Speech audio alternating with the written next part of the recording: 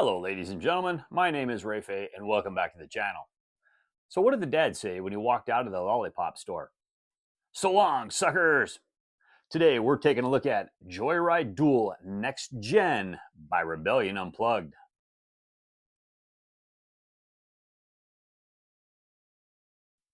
Joyride Duel Next Gen by Rebellion Unplugged is a two-player version of the main game Joyride Survival of the Fastest. In this game, two players are going to go head-to-head. You're going to race across a series of tracks. There's a number of checkpoints you have to go through. You're going to run over items that are going to, or spots that are going to give you mines or just different items you can use to take out your opponent, so to speak. Whoever can go through all of the checkpoints the fastest and the first is going to win. So let's go down to the table. Let me show you how it plays, and then I'll give you my final thoughts. Okay, ladies and gentlemen, I currently have the game set up for our two racers. All right, and let me explain how I got here. You're going to take your race guide, and what you're going to do is you can either create your own track, or you're going to look at this down here. You're going to have your race title. You're going to have your location. That's your map. Okay, you got your driving school map or the warehouse. You got the number of players. So if, like in this case right here, if it's the black, what is it, hex with the number 2 in it with the white 2, that means that's the optimal player count. All right.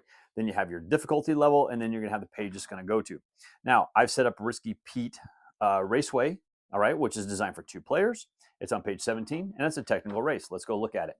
So up here on the top, it's going to basically tell you the number of laps. It's technical, and basically the number of players. Here's all the tokens you're going to need. And if there's anything set up, or this other track over here would have like placed items. Okay, this one here basically says that both cars are going to start with 2 damage.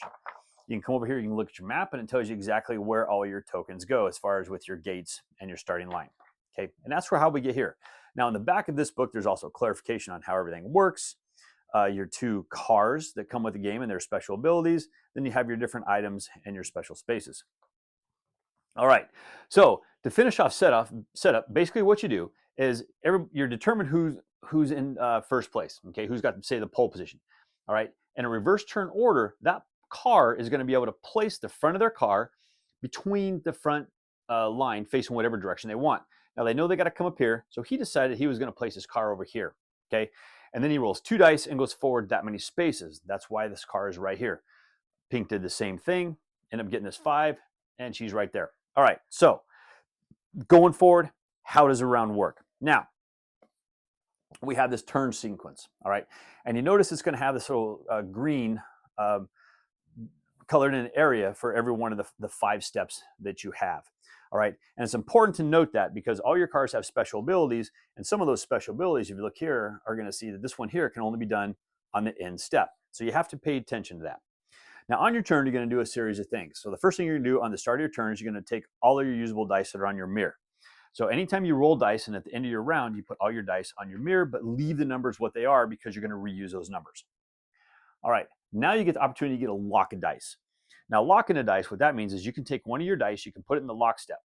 And what you're going to do is you're going to be able to move that number of spaces. So it's like not constantly rolling and always being at the mercy of what the roll of the dice is. Now, one of the things you can do on your turn is you can steer. And I need to note that here because you can steer once during the lock phase, and you can steer once during the roll phase unless you're in second gear. Now, second gear, if you notice, is going to have this little squiggly right here. If you can even see that. And it basically tells you that you can steer during the lock phase. Or if in the roll phase you're in second gear, then you can steer a second time. Okay, so let's say we're taking our pink car. Okay, let's say, for example, on their lock phase, they try to lock this 3. So they want to steer. So to steer, what you do is you look at the 3 front pieces of the arc of your car. Okay, and I'm moving 3 spaces. So to steer, I move the front of my car to one of those spaces, and the back goes to where the front is. So that would be one of my moves, 2, and then 3. Okay. Now at this point, I can choose to roll this dice because, I'm going to shift. Okay. Now, one of the things that you want to do is you need to make sure that you go through all your checkpoints. Now, if your checkpoints have this little question mark, what it means is you're going to be able to pick up one of these items. These items are going to have different things that are going to be on them that's going to be able to do really bad things to your opponent, so to speak, kind of Mario Kart-ish. All right. So in the case of this car right here, I may have wanted to lock both of those dice, in which case I would have just gone 5 spaces. I guaranteed to cross the finish line, or not the finish line, but the first checkpoint. I flip over this, and it's going to be an oil slick. Now, oil slicks or any of the items you get are going to go down here in your hold area, and I can only hold one right now because I have a damage in the other one. And if something's damaged, it's that way for the rest of the game. Okay, and this is the items that are actually going to come with this particular game. You're going to have a delivery drone, or you're going to have a flashbang. And these are items that you have to fire at your opponent. Or you have a mine and you have an oil slick, and these are items that you're going to drop out of the back of your car. All right. So later on, if I wanted to, I could actually drop that down the back of my car. Now, if I was ever to pick up another one of these items and I'm already full, okay, I have to discard this one and I grab the next one. All right. Now, we come back over here. All right. We'll flip this over. Okay, now we're going to get to the shift phase. All right, because I locked both those dice. I can, if I want, I can shift up to third gear, but what's going to happen is I'm going to grab another dice and I'm going to roll it and I'm going to go forward so many spaces. But because I want to come down here and go to number 2, I may do that. So if I shift up to third, I don't have that third dice. I roll it and I'm going to go 3 spaces. 1, 2, 3. I'm in a bad situation right there. All right, and then this dice is going to go here because that's your shift, and then that's your roll. Okay, so you roll all remaining dice. Now, you may steer if you're in second gear, or if you did not steer during the lock. Okay, you may reverse if you're in gear 1. Now, I'll cover that here in a little bit. Then what you're going to do is you're going to go to your end step, and all you're going to do is take all your locked dice, and you're going to move them back over to your mirror. And now it's the next player's turn in turn order. So this guy's going to go. So he's got a 6. He needs to go 1, 2, 3, 4, 5, and 6 would actually put him right there. All right, that's a bad move. But let's see, 1, 2, 3. So what he's going to do is he's going to lock both these dice just because I want to show you some stuff. All right, so if he turns and goes like that, okay, that's 3, or that's 1, 2, 3, 4, 5. Now we're going to have a collision. Okay, so collisions, there's different things that are going to happen on collisions. You can smash. Smashes wouldn't just go straight head first into a barrier. All right, you're going to take a point of damage. All your dice come off your mirror, and you put damage on your car. You can sideswipe, which is what we're doing here. Okay, there's also a rear end, a head on, and a pile up.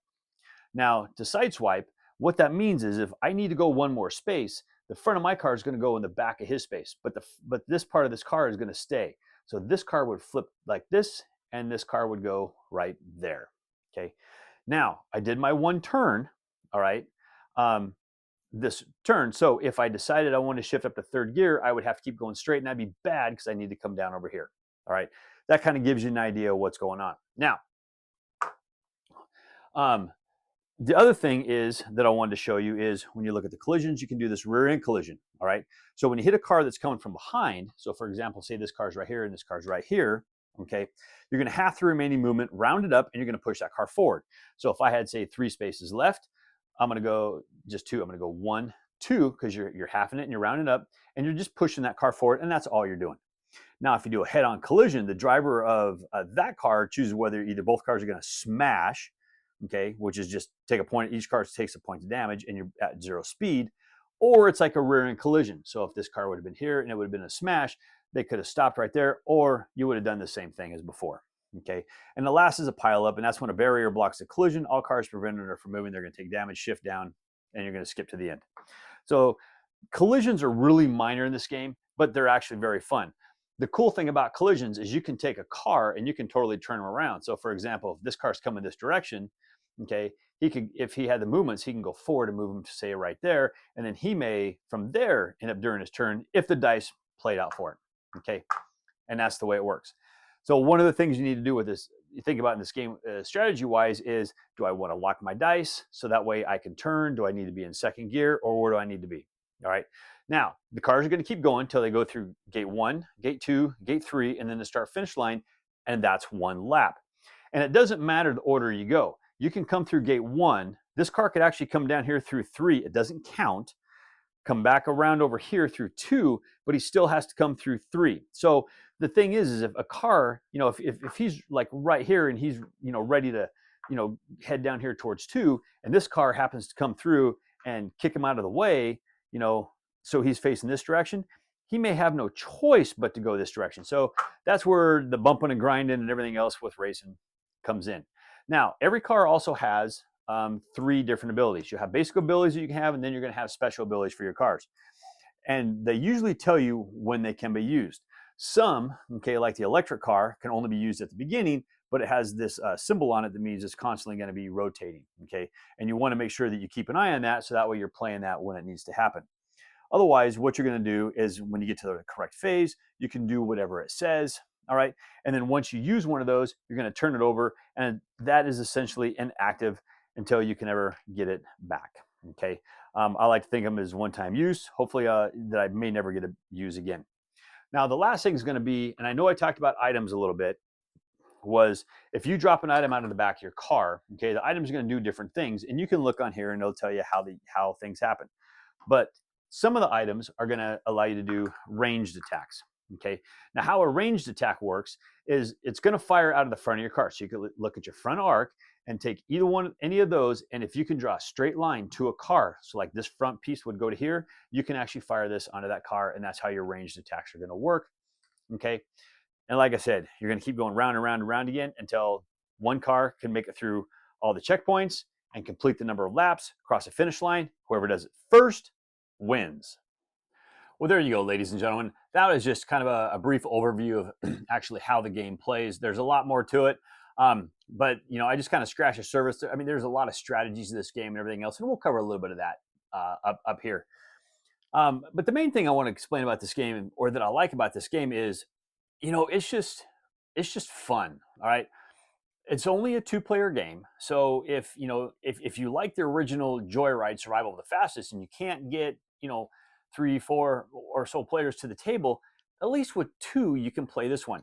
The tracks are a little bit smaller, and they actually do have some of the tracks. Actually, several of the tracks in here are designed that can even be played 3 players. So if you do have like some of the expansion cars, or you happen to have the core game as well, you can take one of the cards out of that, put it in here, and you can still race 3 players on some of these smaller tracks.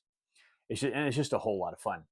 Now, the nice thing I like about this game is, I like a lot of the different items you can pick up. Okay, I think there's 4 items. There's your oil slick, your mine, your delivery drone, and then your flashbang that come with this main core game. So when you go through the checkpoints, they have the little question marks. You don't know what you're going to get. Maybe something good, maybe something bad, maybe the same thing you've had before that just isn't working for you. You never really know, okay? But to me, that's kind of the fun part of the game. It's just like the Mario cubes. What are you going to get? Who really knows? But to me, it's a lot of fun. All right. Now, the biggest thing with this game is, and one of the things I've noticed is the strategies. You really have to pay attention, and you really have to learn how to use your dice. That's one of the things I discovered the most. Because during the lock phase, if you can manipulate your dice correctly, or use your dice most advantageously, shall I say, to utilize the lock and then the roll phases, it's actually going to help you quite a bit. For example, if you need to turn a corner and you got a lock a dice, it's actually going to get you right to the edge where you can turn. Make sure you lock that dice, don't turn, go straight, and then you can make your turn and you can go along and you can make that corner. The other thing you want to be careful of too, or not be careful, pay attention to, is remember, if you're in second gear, you can actually make 2 steers per turn, okay?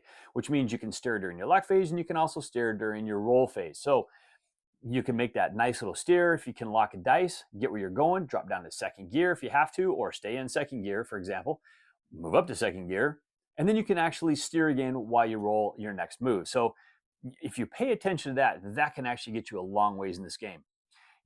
It's nice to be able to go up to 4th and 5th gear, roll all those dice, but when you're only steering one time, and it's either during the lock phase or it's during the roll phase, it's sometimes hard on these smaller tracks to be able to maneuver around.